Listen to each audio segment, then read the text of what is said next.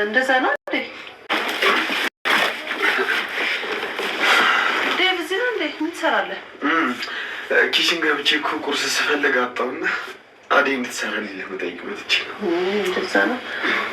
እንደዛ ቁርስ አቅርቢልን። እሺ፣ ግን እትዬ ከፈቀዱልኝ ለእኔ ጋር መሄድ ፈልጌ ነበር። እሷ ከምትመጣ ነው። አደይ ቁርስ ድረስ። እሺ ቶሎ። እሺ ዴቭ ይደርሳል።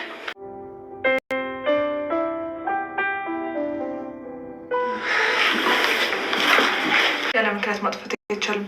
እንደውም ብሩን ወደ እኔ አካውንት ላከው። የሚያስፈልግ ነገር ሲኖር እኔ ትራንስፈር አድርግላለሁ። ይሄ የማመንና ያለማመን ጉዳይ አይደለም ወንድሜ። አሁን ብሩ ላክልኝና የቀረውን እኔ ስመጣ እናወራለን። ማንን እያወራሽ ነው? ከወንድሜ ጋር ነው። ወንድምሽ ተፈቷል እንዴ?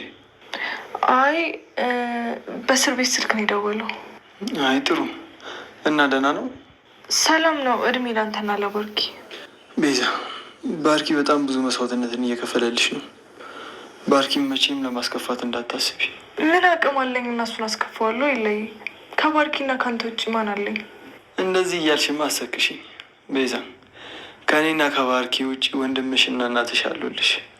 እሱማ ያው ስለምታግዙኝና ሁሌ ከጎኔ ስላላችሁ ነው። የለም አመሰግናለሁ በጣም ቤዛ።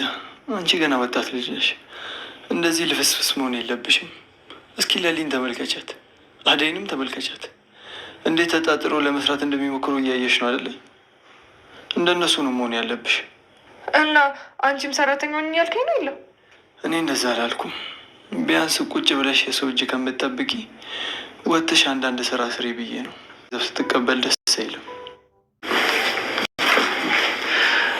አደይ ስለመጣች ደስ ብሎኛል። አሹ ማን እንደዚህ ያደረገ? ቆይ እንዴት ሳትነግረኝ እንደዚህ ታደርጋለህ? ባርኪ አደይ ምን ሆነሻል? ቆይ ለምንድን ነው ወንድሜ የምታሰቃዩ? ወንድሜ ስላልነገረኝ ነው እንጂ ምንም ነገር የለም። ብሩን ከመስጠት በፊት ደግሞ እኔን ብታማክረኝ ጥሩ ነበር። ማሚዬ ብታይ አደይን በስንት ልመና ወደዚህ እንዳመጣና ተለየሽ። እሺ የሰጣቸውን ሰጣቸዋል። አሁን ግን ፓስፖርትን ጨርስ። ከዛ ደግሞ ለማየ ብር ስጣት። ነውር ስለሆነ ነው እንጂ በልብ ታፈቅራታለህ። ቆይ አንቺ ቁጭ ብለሽ እንደዚህ ማድረግ ነበረባት? እሱን ትደግፊዋለሽ? እናንተ ወጣ ሞች ነን። እኔ አንቺን ያህል ጥገኛ ባልሆንም እኔ ጥገኛ አይደለሁም ቤዛ። ግን እናንተን ከዚህ በኋላ አደይ አጠገብ ላያችሁ አልፈልግም። ያንተ ደግሞ ባስ። ቆይ የዚች አደይ ስም መቼ ነው የሚያበቃው? ሁሉም አደይ አደይ። ይህ ስም እንዴት እንዳስጠላኝ። መቼም የሷ ነገር አይረሳም። ለበደልኩሽና ላደረግኩሽ ነገር በሙሉ በጣም ይቅርታ አድርጊልኝ። እኔ አላምንም እኮ ፍቅር ነች አደይን ይቅርታ የጠየቀቻት? አዎ አደይ፣ በእኔ ምክንያት እዛ ስለሄድሽ በጣም አዝኛለሁ። ይቅርታ አድርጊልኝ። ከልብሽ ነው ይቅርታ የጠየቅሽኝ? አዎ አደይ፣ ፍቅር አንቺ ላይ ባደረገችው ነገር ተጸጽታለች። ይቅር ተባባሉና ሰላም አውርዱ። እኔም እዛ ያለሁበት ሆኜ ልቤ እንዲረጋ፣ እናንተ ሰላም መሆናችሁ ጥሩ ነው። የእውነት ፍቅር ከልብሽ ተጸጽተሽ ይቅርታ ስለጠየቅሽኝ በጣም ደስ ብሎኛል። አዎ አሁን ሳስበው ያደረግኩት ነገር በጣም ጸጽቶኛል። ይቅርታ አድርጊልኝ አደይ። ፍቅር እውነት ይሄ ቃል የወጣው ከአንቺ ነው? ፍቅር አደይን ተንበርካ ይቅርታ ጠየቀቻት። ቤዛ ባርኮቴን አሳመነችው። ኤላ ከዚህ በኋላ ባርኮቴን የሆነ ነገር እንድትጎጁ አልፈልግም በማለት እንግዲህ ቤዛን አስጠነቅቃት። ለምለምም እንደዚሁ ባርኮቴ እንዲጎዳ በፍጹም አልፈልግም በማለት አስጠንቅቃታለች። ዲብ እንግዲህ ዳይመንድና እንዲሁም ደግሞ ንጉስ ከአደይ ጎን እንዳይደርሱ አስጠነቀቃቸው። ሰላም ጤና ይስጥልኝ የቻናሌ ተከታታዮቼ ቤተሰቦቼ፣ በያላችሁበት ሰላማችሁ ይብዛልኝ። ለቤቴ አዲስ የሆናችሁ የደውል ምልክቱን በመጫን ቤተሰብ የሆኑ ነባር ቤተሰቦችም ስለምታበረታቱኝ እጅግ በጣም አመሰግናለሁኝ። አደይ ሰራተኛዋ ተከታታይ ድራማ በክፍል 64 ከች ብለዋል።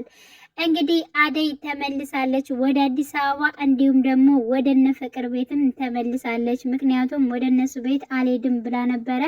ዴቭንም እንዲሁም ደግሞ ሊዲያንም እንደዛ ብላ ነበር። ግን ደግሞ መሄድ እንዳለባት ነግረዋት፣ እንዲሁም ደግሞ የባርኮቴ እናት ስለመጣች ቢያንስ እንኳን እሷን አናግረሽ ከዚያ በኋላ መውጣት ትችያለሽ በማለት እንግዲህ አረፍ ማለት አለብን፣ መንገድ ነው የመጣ ነው በማለት ዴቭ ወስዷት ነበር።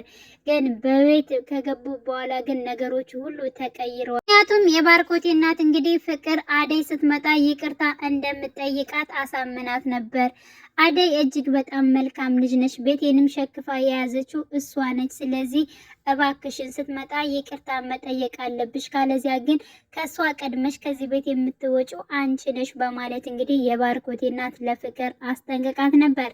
እንግዲህ አደይ ወደ ቤት በሄደችበት ሰዓት እንግዲህ ፍቅርም ይቅርታ ጠይቃታለች።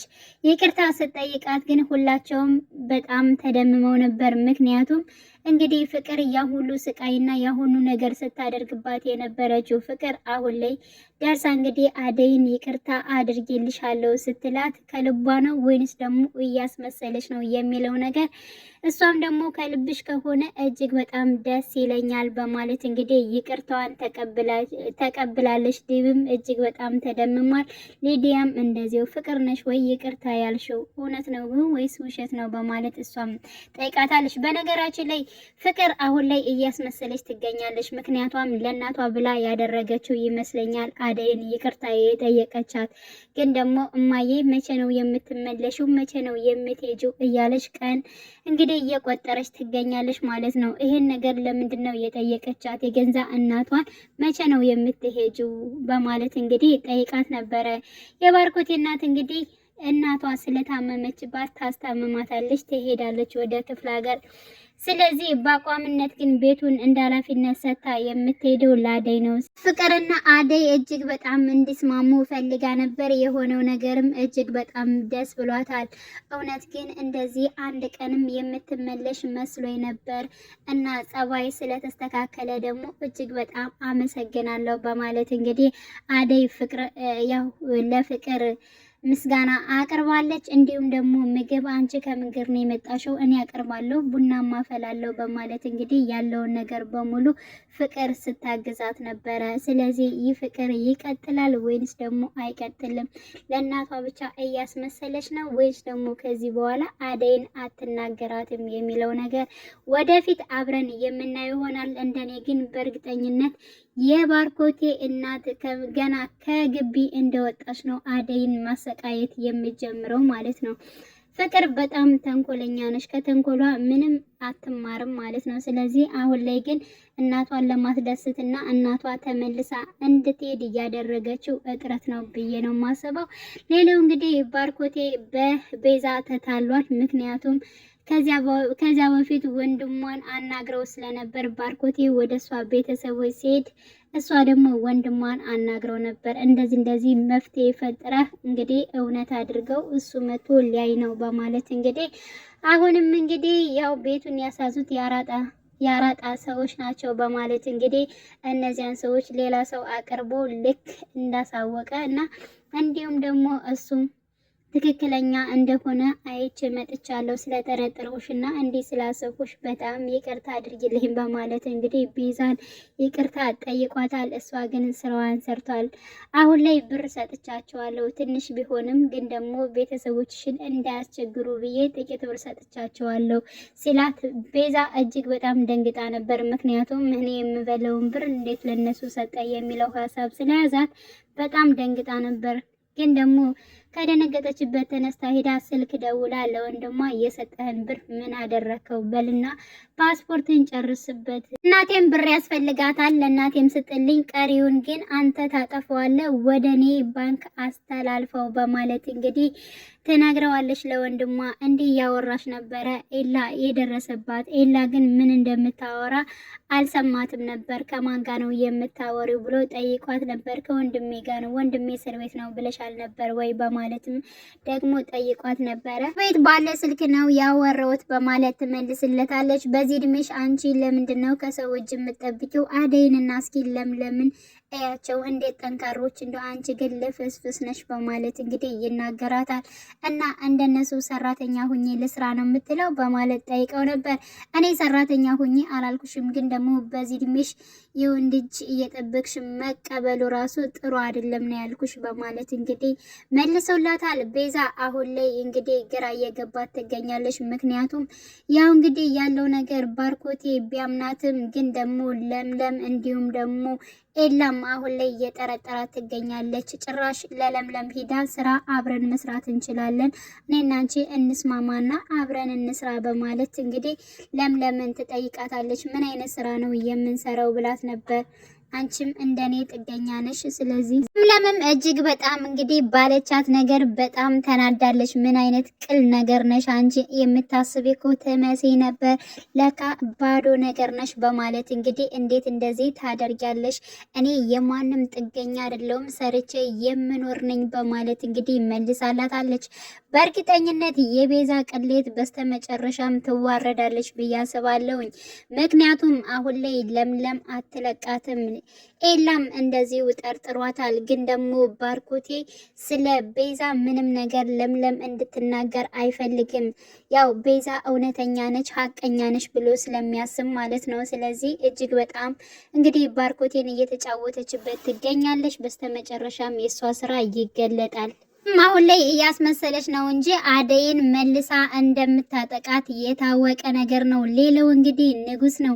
ንጉስ እንግዲህ አደይን ለማስደሰት እኔ ወደ አረብ ሀገር ሂጄ መስራት አለብኝ፣ ለእሷ እየሰራሁኝ ብር በምልክበት ሰዓት በእርግጠኝነት እሷ ትወደኛለች በማለት እንግዲህ እሷ ብር አትፈልግም። ብርም ብትፈልግ ኑሮ እዚያ ያለውን ባለሀብት አግብታ ትኖር ነበር። ግን ደግሞ እንደዚህ አይነት አስተሳሰብ የላትም። እሷ ስለ ትዳርም ስለ ፍቅርም አሁን የምታስብበት ነገር አይደለም። ያሳለፈችውን ነገር እንዴት አትረዳትም? ሲጀመር የምታስበው ሀሳብ ሁሉ ራሱ በጣም ስህተት አለብህ። ስለዚህ ወደ ራስ መመለስ አለብህ፣ አደይንም መርሳት አለብህ በማለት ይመክረዋል። እሷን መርሳት በፍጹም አልችልም፣ አንድ ቀን ወዳኛ ፍቅራኝ ትመጣለች በማለት እንግዲህ ለዳይመንድ ሲናገር፣ ዳይመንድም ከዚህ በኋላ የምትመጣው ምናልባት ወንድሜ ብላ ልትመጣ ትችላለች እንጂ በፍቅር በፍጹም አትመጣም በማለት ወደ ራስ ተመልሰና ነገሮችን ለማስተካከል ሞክር በማለት እንግዲህ መልሷል።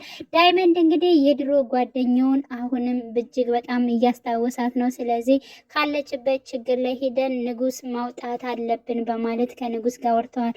ቢያንስ እናሹ እስከ ከተማ ድረስ ካመጡልን እኛ ደግሞ ከዛ ያለውን ነገር እናግዛታለን በማለት እንግዲህ ከገጠር አግብታ የምትሰቃየውን እንግዲህ ሮማንን እናመጣታለን በማለት ያው የተናገረ ይገኛል። በእርግጠኝነት ሮማን ካለችበት ትወጣለች ብዬ አስባለሁ። እና ውድ ቤተሰቦች በያላችሁበት ሰላማችሁ